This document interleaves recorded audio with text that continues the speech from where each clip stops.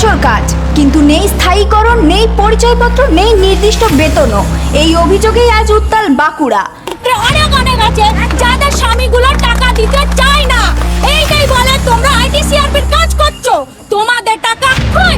কেন সিএসপিরা গেলে তারপরে কি আমরা পরিচয় পাবো? আমাদের পরিচয় কেন নেই? কেন জানে না যে আইটিসিআরপি কাজ করছে? আনন্দধারা জেলা অফিসের সামনে বিক্ষোভে সামিল হলেন ওয়েস্ট বেঙ্গল আইটিসিআরপি ওয়ার্কার্স ইউনিয়নের মহিলা কর্মীরা। নমস্কার বন্ধুরা, আপনারা দেখছেন voice of Bankura, presented by S sir physics, বাঁকুড়ার নাম্বার 1 ফিজিক্স একাডেমি। বাঁকুড়ার আনন্দধারা জেলা অফিসের বাইরে আজ জড়ো হন শতাধিক মহিলা কর্মী।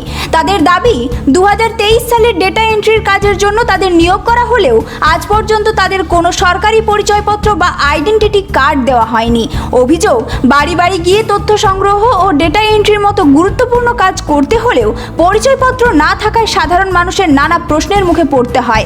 অনেক ক্ষেত্রেই কাজ করতে গিয়ে অপমান ও সমস্যার সম্মুখীন হতে হয় তাদের।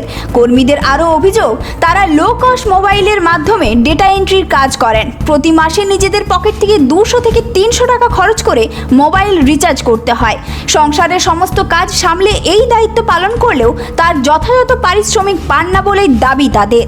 তো আমাদেরকে তৈরি করা হয়েছিল 2023 সালে, তাই আমরা সমস্ত ডাটা এন্ট্রি করি কোথায়?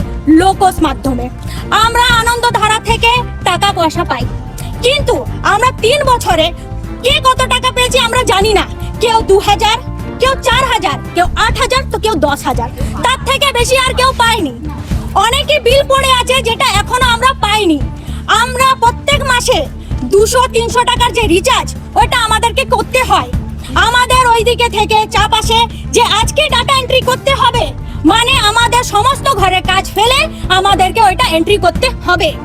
আমরা গ্রুপ গঠন মানছি, আমরা গ্রুপ গঠন করি না, কিন্তু গ্রুপ গঠন করার পরে আমরা ওইটা এন্ট্রি করি।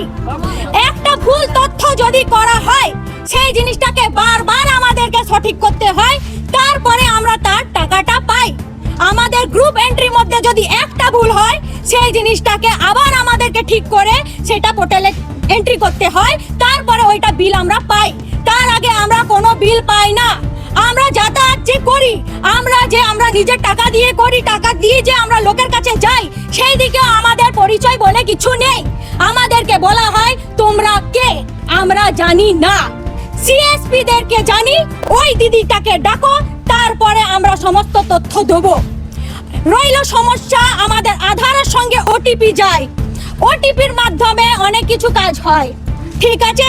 যার ক্ষেত্রে আমরা যখন ওটিপি খুঁজি তখন এইটাই বলা হয় যে আমরা ওটিপি দেব না।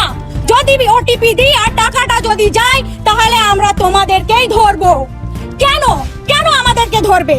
আমরা তো একটা লোকাসে কাজ করছি, আমরা তো ব্লক আন্ডারে কাজ করছি, আনন্দধারাতে আমরা কাজ করছি। কেন সিএসপিরা গেলে তারপরে কি আমরা পরিচয় পাবো? আমাদের পরিচয় কেন নেই? কেন জানে না যে আইটিসিআরপি কাজ করছে? আমরাও জলে ঝড়ে কাজ করি দিদি ভাই। অনেকজন আছে যারা বলে যে ওরা ঘরে বসে এন্ট্রি করে, কিন্তু ঘরে বসে এন্ট্রি করা মানে শুধু ফোন নয়, তার মধ্যে তথ্য লেখাটাও মাইন্ডের কাজ। একটা ভুল তথ্য হলে ওইটা আবার রিজেক্ট আসে, ওইটাকে আবার আপলোড করতে হয়। কোনো সময় এমনও হয় যে এটাকে করার জন্য 4 মাসে 4 বার আমাদেরকে রিচার্জ করতে হয়। রিচার্জ করার ক্ষেত্রে অনেক আছে যাদের স্বামীগুলো টাকা দিতে চায় না, এইটাই বলে তোমরা আইটিসিআরপির কাজ করছো, তোমাদের টাকা কই? বিক্ষোভকারীদের বক্তব্য, আনন্দধারার মাধ্যমে টাকা দেওয়া হলেও গত 3 বছরে কে কত টাকা পেয়েছেন তার কোনো স্বচ্ছ হিসাব নেই। কেউ পেয়েছেন মাত্র 2000 টাকা, কেউ 3000 টাকা, আবার কেউ 10,000 টাকার বেশি পেলেও অনেক কর্মী এখনো কোনো অর্থই পাননি বলে অভিযোগ। এছাড়াও বহু বিল দীর্ঘদিন ধরে বকেয়া পড়ে রয়েছে, যা এখনো মেটানোই হয়নি। এই পরিস্থিতিতে তাদের একাধিক দাবি সামনে এসেছে। প্রথমত, আইটিসিআরপি কর্মীদের স্থায়ীকরণ করতে হবে। দ্বিতীয়ত, মাসিক নির্দিষ্ট বেতনের ব্যবস্থা করতে হবে। তৃতীয়ত, প্রত্যেক কর্মীকে সরকারি পরিচয়পত্র দিতে হবে। পাশাপাশি দীর্ঘদিন ধরে আটকে থাকা সমস্ত বকেয়া বিল দ্রুত মিটিয়ে দিতে হবে।